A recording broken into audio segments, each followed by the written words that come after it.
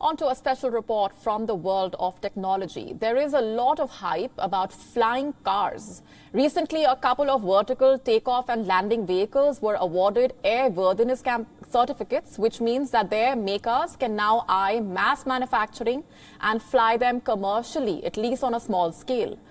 But some of the promises sound too good to be true. Flying taxis have a long way to go before they actually take off. Our next report telling you why. Did you know Waldo Waterman, an American aviation pioneer, built the world's first flying automobile in 1934? As a concept, flying cars have been talked about for centuries. They have long been a staple of science fiction.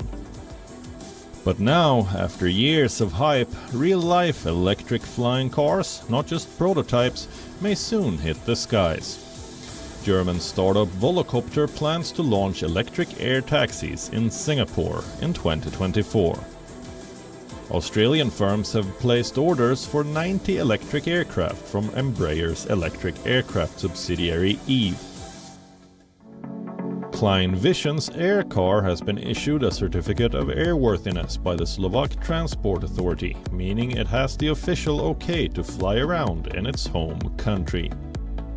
Morgan Stanley analysts estimate the potential market for electric vertical takeoff and landing vehicles could be worth $1 trillion by 2040.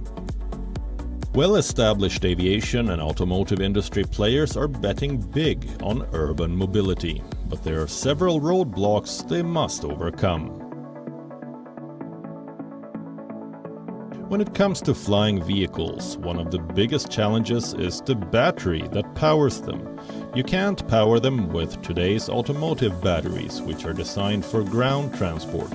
Batteries for flying cars need to be very high energy density so that they can stay aloft in the air for a good amount of time. If somebody comes up with a battery which has a high enough density of energy per kilogram, we are happy to implement such an engine in our flying car. So I'm sure somebody will come up with some improvements of the battery technology, but at this moment, unfortunately, the range would be too small. They also need very high power during the vertical takeoff and landing. Weight is also a consideration for these batteries.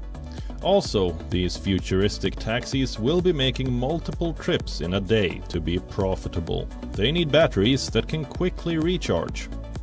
Until the batteries are made more viable, a widespread rollout of flying taxis is unlikely in the near future. Another concern around flying electric cars is the pilot workforce.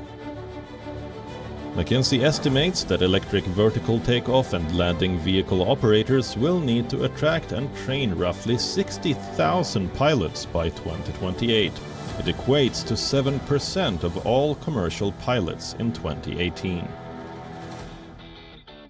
This is an important challenge, but much less discussed than other issues associated with urban air mobility.